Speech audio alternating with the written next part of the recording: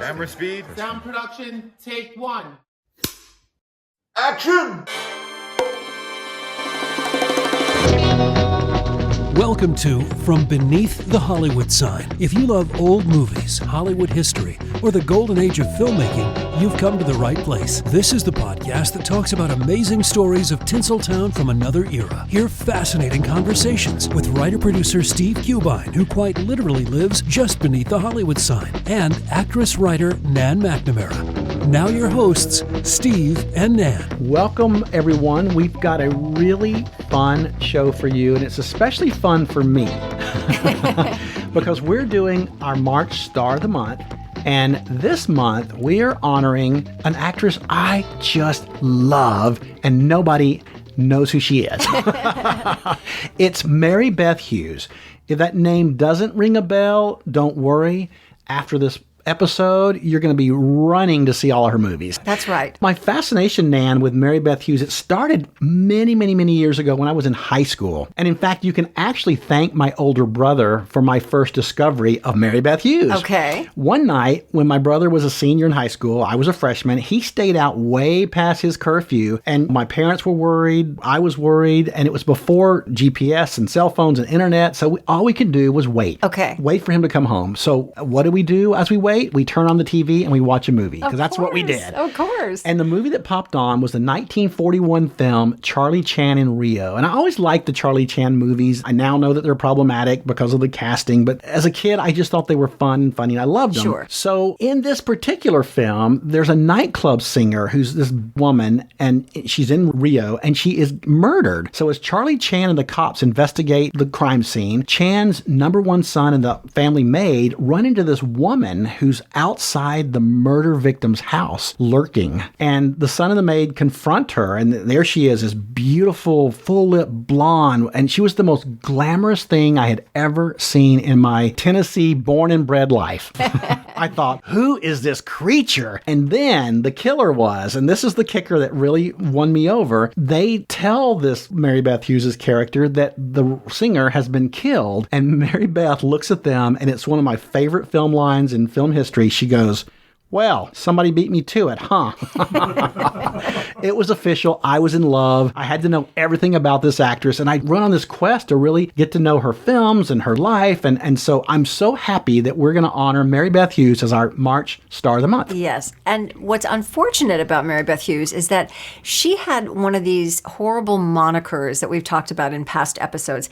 She was dubbed, when she was under contract at MGM, the poor man's Lana Turner. Oh, ouchie. Yeah, which is really pretty awful. It was really, and to me, it was a very unfair assessment, because if you look at it, MGM gave Lana all the plum parts, and Mary Beth got the hand-me-downs. Yes. And I do know that MGM's interest in Mary Beth was because of her resemblance to Lana, and they often used her as a threat to Lana. Like, Lana, if you don't accept this role, Mary Beth will. So I think they used her a little bit. Right. Despite her beauty and talent, she never really managed to get out of B movies, and I think perhaps what you just described is partly what happened. She did have small parts in some great films, like The Women in 1939, your favorite film, The Oxbow Incident, 1942. So great. And she could play the good girl as often as she could play the bad girl, but I think you would agree with this. Oh, when she played bad, you were in for a treat, because nobody played hard-boiled B women like Mary Beth Hughes. You know, she had these pouty lips and this snappy dialogue and this petulant attitude. She lit up many a lackluster production, definitely. Mary Beth Hughes was born in Alton, Illinois on November 13th, 1919, although there are some sources that say her birth year was 1915. Who doesn't want to shave a few years off? She was born into an accomplished family. Her grandmother, Flora Fosdick, had been an opera star with the St. Louis Grand Opera Company, and two of her aunts had been stage actresses, so acting was definitely in the gene pool.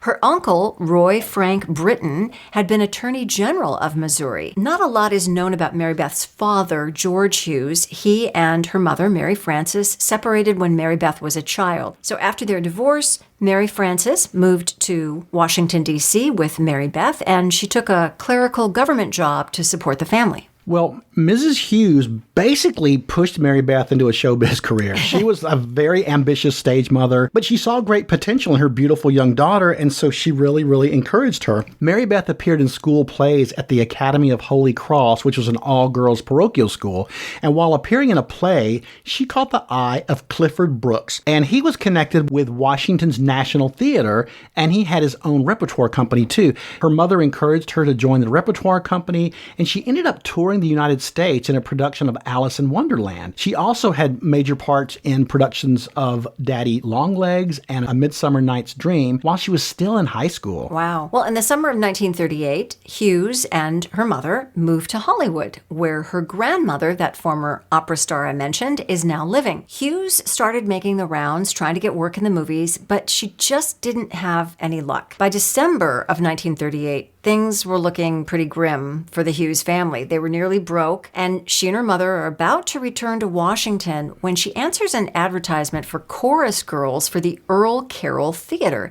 which was soon to open on Sunset Boulevard. The audition was a bust. She was told that her baby fat was not cute. Oh, which ouch. is just so awful. Awful. And that she needed showgirl experience. Some years later, she told a New York Daily News interviewer that as Earl Carroll dismissed the girls he rejected, he also warned them not to fall for offers of movie work by men in front of the theater waiting for you to come out. It's a Hollywood come on. So Waiting and pray for the exactly. dejected showgirls. So she leaves the theater, and just as he predicted, almost on cue, she's approached by a man named Wally Ross, who asks if she wants to be in the movies.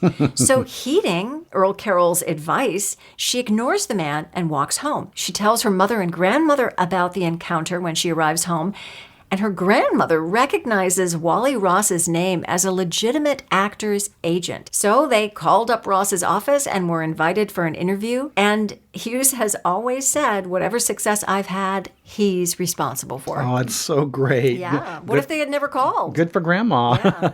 Well, under Wally Ross's guidance, she was introduced to Johnny Hyde, and he was a very powerful agent with the William Morris Agency. He secured her a $100 a week stock contract at MGM. Wow. This was huge money for 1938, which is the equivalent of, I think, $5,637 today. That's a sweet paycheck. I would take that.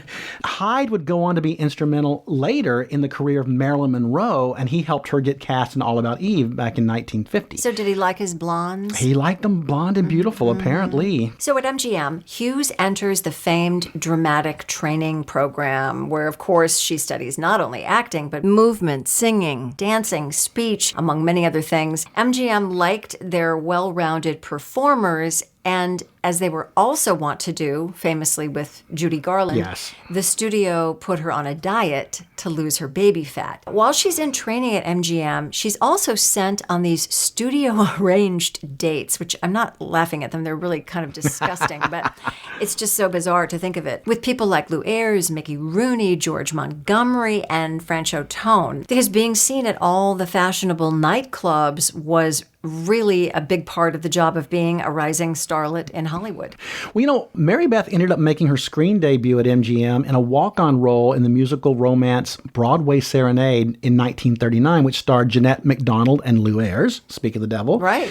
She landed her first screen credit for a one-line part as Ruth Hussey's sympathetic secretary in, as we just mentioned, The Women, Yes, 1939. And even though it's one line, I remember her. Because she's very sympathetic towards Norma Shearer. She Yes, is. which I Yeah. love that. Yeah, me too.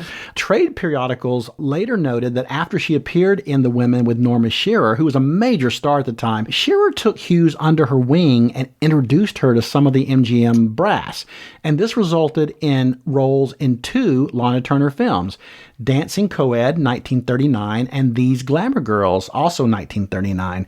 And later, Hughes commented, "When they put me in 2 pictures with Lana Turner, I thought my career had started. My parts were really nice ones, in the scripts. But when the pictures hit the screen, I wasn't there, or just barely.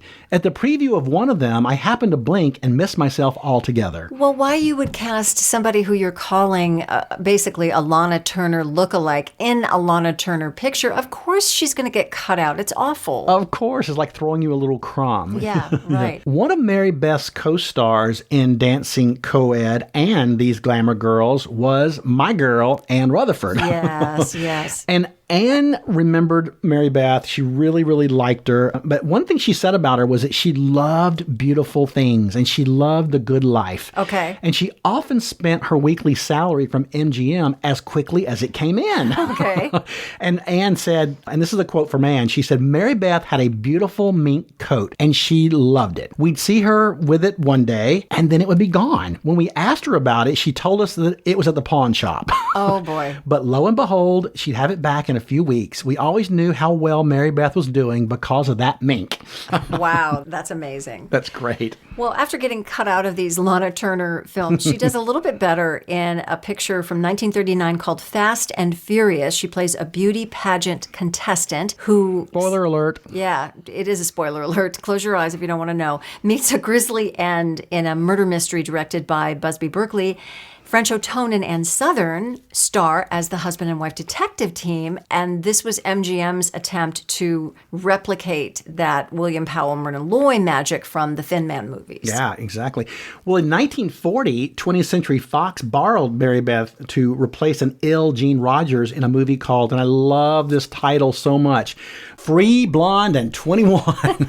Isn't that the greatest title ever? I love it. I have never seen it. Have you seen it? I have seen it. Is it worth it is worth the it. title? It is worth it. It was actually one of the first times that she got to play that hard-boiled blonde that we were talking about that Right. she excelled at. She plays this young woman who manipulates men and eventually gets caught up with a gangster and all kinds of craziness ensues. But it's Okay. fun.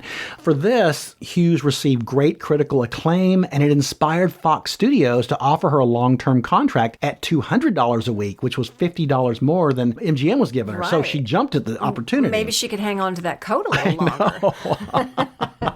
So as part of her contract, and this was mostly a publicity stunt, it stipulated that the studio would waive the usual yearly reviews for 3 years if Mary Beth promised not to marry during that time. Isn't it incredible how much control over performers' personal lives the studio Yes.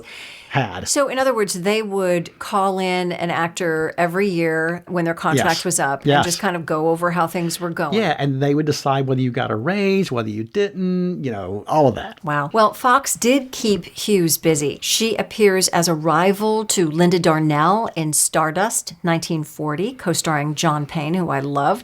In the Archie Mayo-directed drama Four Sons, 1940, she plays a Czechoslovakian woman who turns Nazi sympathizer. So those MGM classes in accents probably really paid off there. Glad she stayed present for that accent class. Right.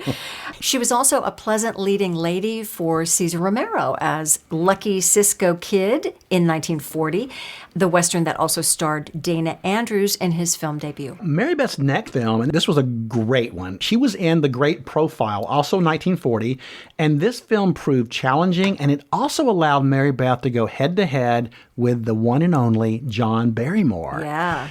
Directed by the wonderful Walter Lang, who would later go on to do great musicals like State Fair and There's No Business Like Show Business, The King and I. The movie allowed John Barrymore to lampoon his reputation for being one of the finest and also one of the hammiest actors of all time. Especially when you think of him in the early films. Oh, he was really so just over the loved it. top and Everybody so kind of was, dramatic. but yeah, yes, yeah. until they calmed them down, which is fun. And it also lampooned his love of the bottle. Oh, okay. Well, nice that he was willing to do that. Because we know that John Barrymore liked his booze, Yeah. and he shows this as his character in The Great Profile. It was one of Mary Beth's favorite films, and it was for very sentimental reasons. Her grandmother had actually appeared on stage with Ethel Barrymore, and now she got to appear with John. Oh, Yeah. that's very cool. Sweet. Around this time, Hughes begins seriously dating an actor under contract to Universal Studios. But before we tell you who that is and what happens, it's time for this week's Hollywood Pop Quiz. The pop quiz question of the week Of course, it involves Mary Beth Hughes. Yes. And the question is, later in her life, she began working for Los Angeles television station KTLA in a historic position. Does anybody know what that historic position was? Oh, that's a good question. All right. We'll be right back with the answer and more about Mary Beth Hughes after this. Hey, Steve and Ann will be right back. But first, another stop on the Hollywood tour. One of the 60s most popular films was from 1966, Who's Afraid of Virginia Woolf? It starred, as you know, Richard Burton, Elizabeth Taylor, George Segal, and Sandy Dennis. It was directed by Mike Nichols. Now, of course, it examines the complexities of a very volatile marriage of a middle-aged couple. But what a lot of people forget is that the film's subject matter and language was considered so dark it underwent legal battles just to be released. Can you believe that? In fact, it was the first film released in America to be forbidden to be shown to anyone under 18 years old. And now back to Steve and Ann from Beneath the Hollywood Sign. Welcome back, everybody. We wanted to give a shout out to this week's Listener of the Week, Ellen Temple Fagan. Thank you so much for your email, for commenting and liking the posts, and just for being a all-around fabulous listener. Thanks, Ellen. When we left off, I sort of teased that Mary Beth Hughes is dating, very seriously, a Universal Studios contract player. Can you tell how I'm intrigued by this relationship? Yes. And that player is Robert Stack. I love that. And I actually knew Robert Stack. You did? And he, hands down, one of the nicest men I've ever met in Hollywood. This would be her first serious Hollywood romance. Unfortunately, her bosses at 20th Century Fox were not happy. And as you mentioned, they got their hands into everything. They weren't happy about the union because Robert Stack was not a Fox contracted player. He was from another studio, and they don't like that. Yeah, it's almost like the studios were rival gangs. Yeah, right. You can't hang out with the Fox people. No. Yeah, we're Universal. Right. Well, in 1941, Mary Beth appeared in 8 films, including the crime comedy Sleepers West, opposite Lloyd Nolan, who played Detective Mike Shane. She was in Ride On Vaquero, which was another Cisco Kid film with Cesar Romero, and the aforementioned Charlie Chan and Rio, which started this episode off. She was in Dressed to Kill, which was another Mike Shane movie with Lloyd Nolan, and she starred in Design for Scandal with Rosalind Russell and Walter Pidgeon. But perhaps her best of the lot of this period was The Cowboy and the Blonde, which was a Western retelling of The Taming of the Shrew, with Hughes playing this very spoiled, bitchy Hollywood star who's tamed by the cowboy George Montgomery. So 8 films in 1 year. Yes. That is remarkable. That's a lot. That's a lot. Yeah. In 1942, Hughes appears in a third Mike Shane detective film, Blue, White, and Perfect. And then, just to kind of change it up a little bit, a comedy, The Night Before the Divorce, with Lynn Barry and Joseph Allen. But her best film of the year was probably Orchestra Wives. Yes. Where she plays another bitchy wife. bitchy wife, a member of the Glenn Miller Band, who gives a new band wife, Connie, played by Ann Rutherford, Our girl, a hard time. She gets to purse her lips, offers up snappy dialogue, and she gets into a huge catfight with none other than this podcast's fave, Carol Landis. And the catfight scene is quite amusing.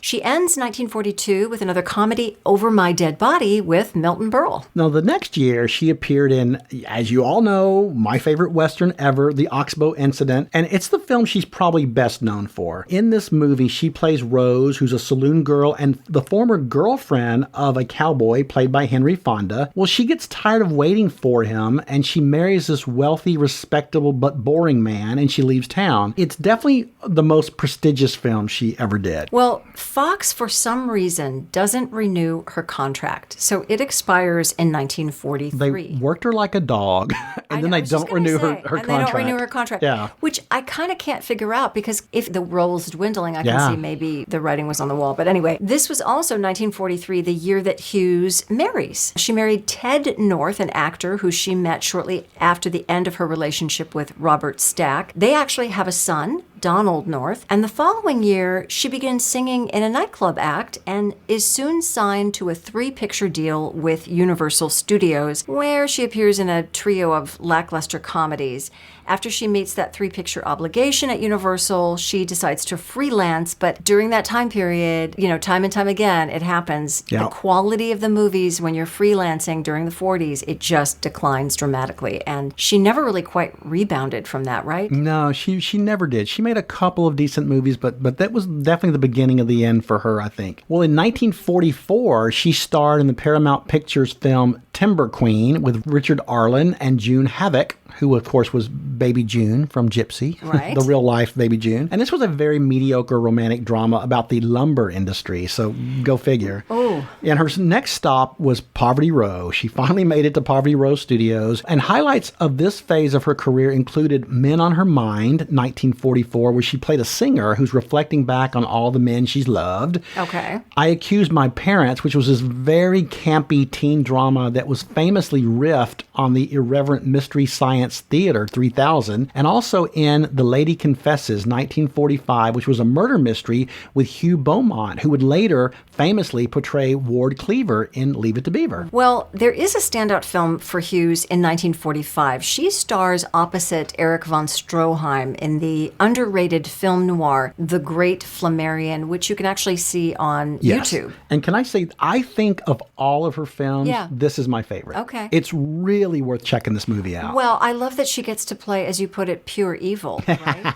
She plays Connie, the femme fatale assistant of a famed sharpshooter played by von Stroheim. After manipulating him into killing her drunkard husband, great Dan Duryea. Oh, and he's so good. She then, and you always kind of want him to be killed in the movies he's in because he's always playing that. So evil that and guy. weaselly. Yeah. She then runs off with another man, played by Steve Barclay, leaving the sharpshooter consumed with rage and revenge. It's Hughes at her femme fatale finest. Unfortunately, after this, she drifts into kind of minor dramas and some cheap westerns. By 1948, she divorces Ted North and she marries actor-singer David Street, with whom she had started a nightclub act, which they performed in local Los Angeles clubs. She continued to flounder in movies, but her parts were getting smaller. The quality of the films were definitely declining. So she and Street were actually teamed together in a film called Holiday Rhythm in 1950, which was a very solid B-movie that did nothing for either of their careers. That same year, she appears as Kirk Douglas's bitter sister in Young Man with a Horn. It was a rare A picture for her, but she's only in one scene. Well, around this time, she turns to television, appearing in shows like Broadway Open House, The Abbott and Costello Show, The Adventures of Ozzie and Harriet, Make Room for Daddy, and Ellery Queen.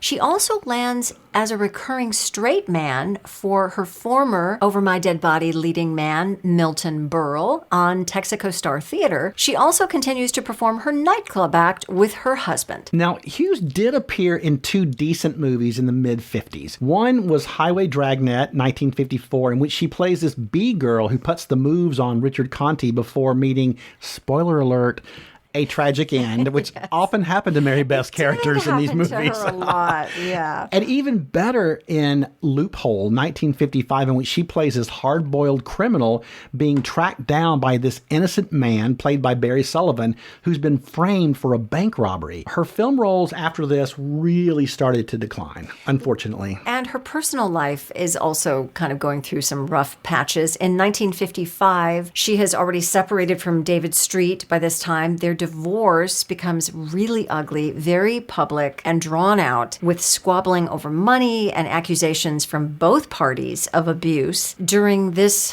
really stressful time, she's trying to keep her career going. She stars in the play The 7-Year Itch at the Laguna Playhouse, which is still around, and began a 7-year association with the Los Angeles stage production of Pajama Tops, which is this risque burlesque style show. Oh, Mary Beth. I know. She's better than that. She's better. Her divorce from Street was final in November of 57. Well, Street wastes no time, quickly weds actress Deborah Paget. Hughes goes on to date hairstylist Jack Tetimer, and restaurateur Sid Slate. This was also the year of her final substantial film role. It was a thankless role in the B-Western Gun Battle at Monterey, starring Sterling Hayden. She continues to appear on TV and on stage, but she doesn't make another film for 13 more years. Now, in 1961, she decides to retire from acting, and she began working as an assistant in a plastic surgeon's office in Beverly Hills while moonlighting with the nightclub act that she's got going. Now, do people recognize her? Wouldn't one think? I would think they would. Yeah. You know, you go in for a little facelift, and there's Mary Beth Hughes. And there's Mary Beth Hughes, yeah. I know, crazy. Interesting. You know, she did pop up on TV some during this time. She was on shows like Rawhide and Dragnet and Dennis the Menace during the 60s. And in the late 60s, she becomes engaged to Nikki Stewart, who's also her manager. In 1970, she landed a regular role on the Red Skelton Hour, appearing in 11 episodes as Skelton's bossy wife.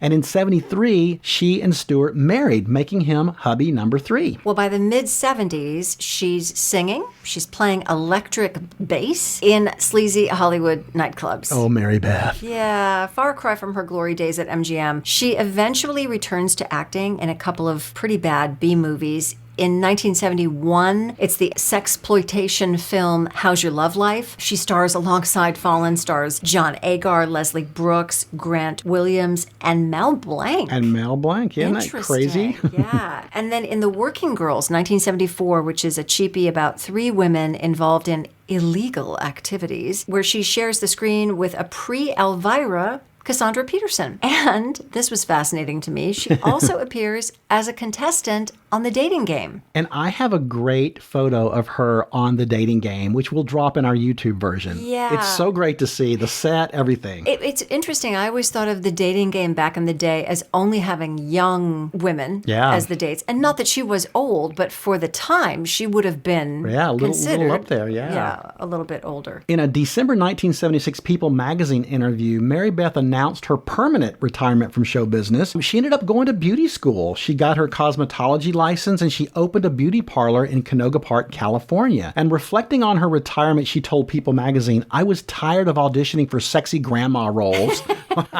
Which she really wasn't even old enough to be a grandma. Exactly. Yeah. But around this time, she also divorced Nikki Stewart. That marriage did not last long. And her final flirtation with show business occurred in 1978 when she became the TV spokeswoman for Zales Jewelry in California. Well, by the late 80s, she's closed her beauty parlor and she was working as a telemarketer at Teletech in Sherman Oaks, California. She sold Sprint long distance over the phone. Remember Sprint? Yeah. You know, girls got to eat. Girls got to eat.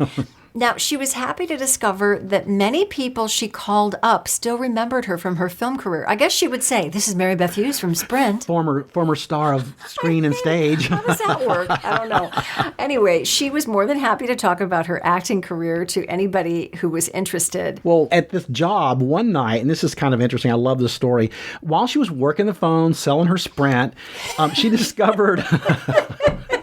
She discovered this TV crew is outside their offices in the parking lot, and they're getting ready to film her old boyfriend, Robert Stack, who was then the host of Unsolved Mysteries. They were doing an episode there. Right. Well, while she's on her break, she walks out to a production assistant, and she asks to speak with Bobby Stack. That's how she called him. Right. Well, the PA replied, "You mean Mr. Stack?" And she replied, "Yeah, Bobby." She was told that Mr. Stack was in his trailer and did not want to see anyone. Well, she then snapped, "Well, tell Bobby that Mary Beth Hughes is out here." When he asked if Stack knows who she is, she replied, "Well, he should. We dated for a year and a half." So needless to say, she and Stack had a very lovely reunion that night. That's amazing. Isn't that great? What a wild coincidence. But isn't that funny? It shows the trajectory of two stars. You know, he's bigger than ever and she's selling Sprint at a telemarketing firm. Yes, exactly. It's heartbreaking a little bit. Yeah. This business is not for the squeamish. In the early 1990s, Hughes begins to experience some memory loss and she was eventually diagnosed with dementia. And it was a pretty quick deterioration. One of her former Teletech co-workers helped her get into an extended care facility in Encino. And on August 27th, 1995, Hughes died from natural causes after her battle with dementia. She was only 75. Wow. But man, did she pack a lot of living in, right? She did indeed.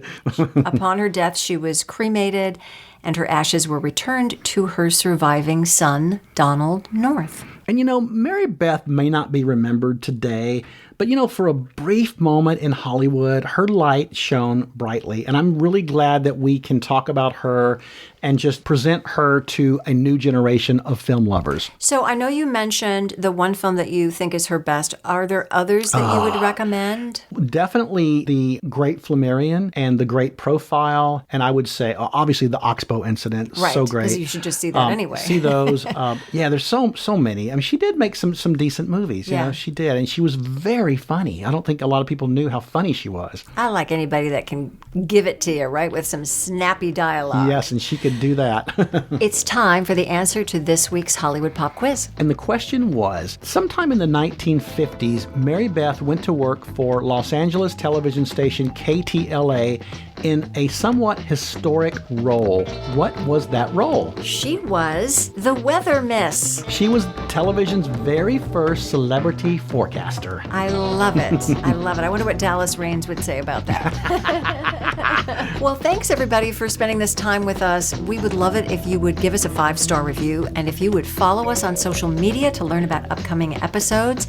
Our handle is @FromBeneathTheHollywoodSign. You can find us on Facebook, on Instagram, and you can actually watch the episode on YouTube. And if you want to drop us a line, you can email us at info@FromBeneathTheHollywoodSign.com. That's this week's view. From Beneath the Hollywood Sign. You've been listening to From Beneath the Hollywood Sign with Steve Cubine and Ann McNamara, the podcast that celebrates amazing stories of Tinseltown from its golden era. Join us next week for another episode and learn something else about Hollywood you probably never knew. Take a moment and give us a 5-star rating and a positive review, and tell your friends about us too. It'll help grow the podcast. Visit Steve's website at FromBeneathTheHollywoodSign.com. The executive producers are Steve Cubine and Nan McNamara. Executive producer and post-production supervisor Lindsay Schnebley. Associate producer and researcher John Price Ritchie. This podcast is part of the Airwave Media Podcast Network. Visit airwavemedia.com to listen and subscribe to their other fine shows like The Box of Oddities and The Shallow End with Schnebley and Toth. Copyright 2025. All rights reserved. That's a wrap.